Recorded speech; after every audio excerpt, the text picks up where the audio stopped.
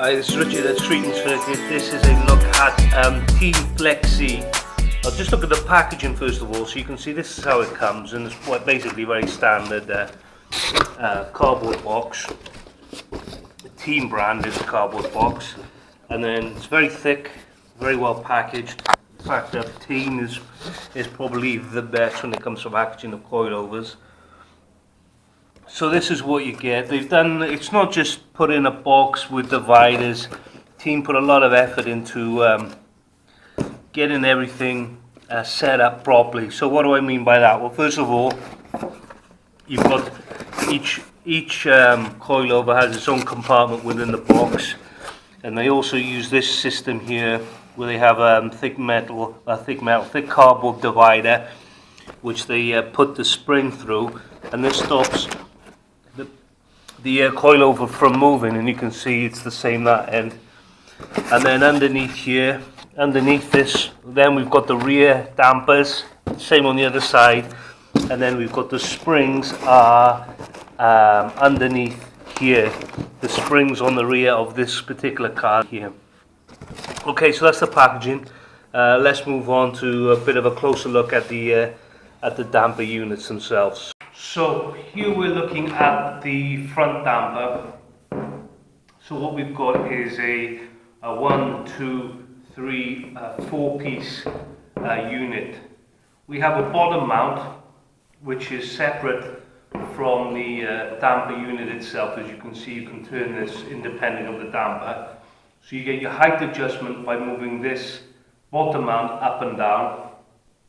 The benefit of this is that you can adjust the ride height without compromising the suspension travel here.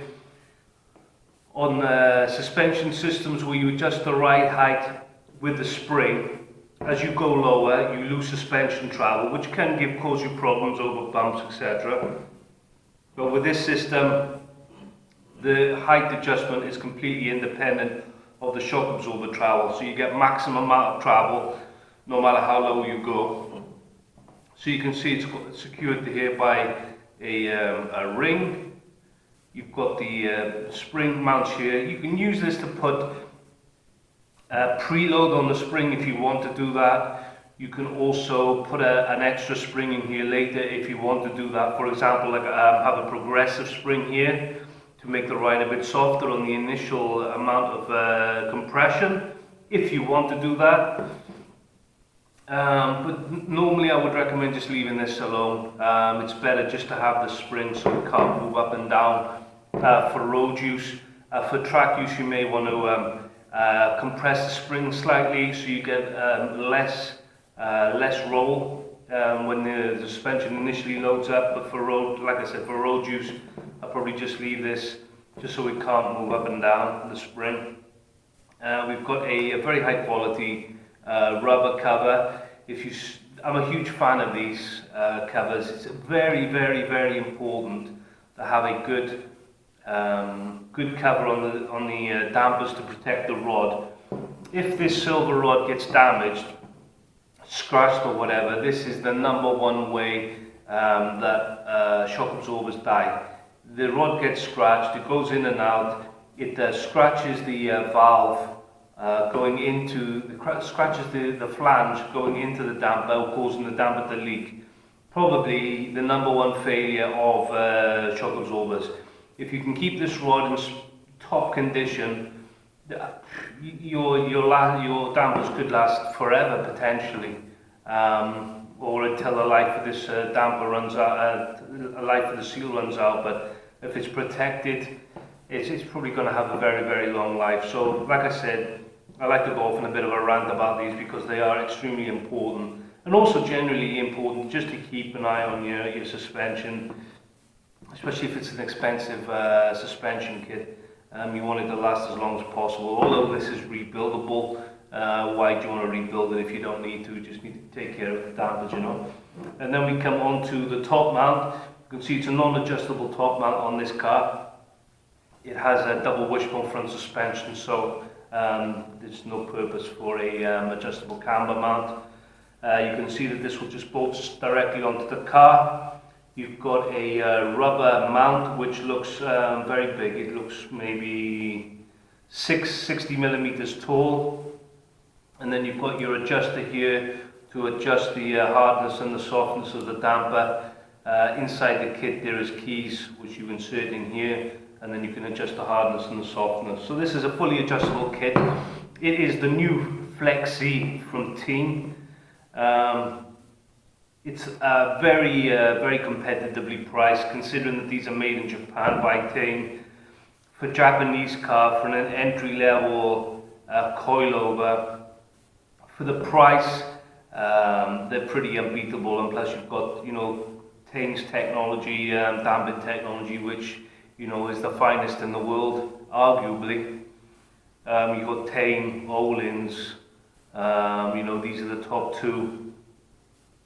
Basically, you're buying the valving technology to give it a smooth ride, but also giving the control.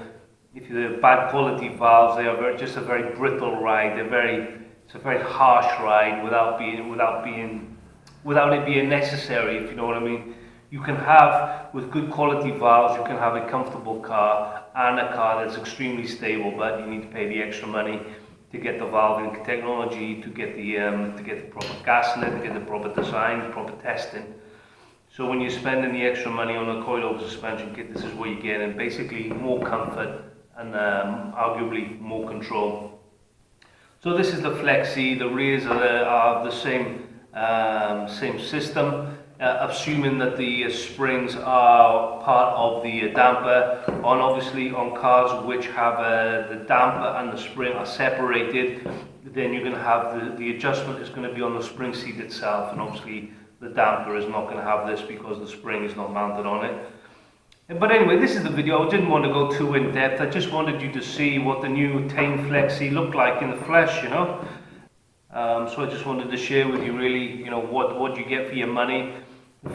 Tein has come, the prices have come down a lot in the last 2 years, and you can see that Tein before, in the older generation stuff, you would be adjusting the height of the springs with the help of adjusting the ride height with the help of spring and a mainspring. But now they've started to use this technology. Before on the higher end stuff only, but now they brought it down, you know, to the flexz, which is not the entry level system, but it is the level up from the basic suspension kits. Those are probably the biggest problem with Tein, is that they have too many different models. It can be confusing what the difference is, why you're paying the extra money, and what it actually means, you know, if something is a road suspension or a track suspension. If I was going to have a complaint about Tein, that would be it really, the names of the suspension. But anyway, this is the flexz, if you like. This is a replacement for the Super Street line that was there before. But you can see that this has now got the independent height adjustment. So all in all, you know, the usual Tein quality, fantastic product, and you know, the prices just keep coming down. For Japanese cars, arguably, you know, Tein is number one. They've got suspension kits from less than €1,000 all the way up to €2,000-3,000 €. So no matter what you're using the car for, you know, they've got something for you. And they've got full service backup within Europe. No need to send stuff back to Japan for rebuilds. Tein have got a factory in a service centre, if you like, Tein UK. So you can also get these get the suspension kit serviced for you if you need anything, and obviously full range of replacement parts are available if you need anything. Again, this is a video, Tein flexz.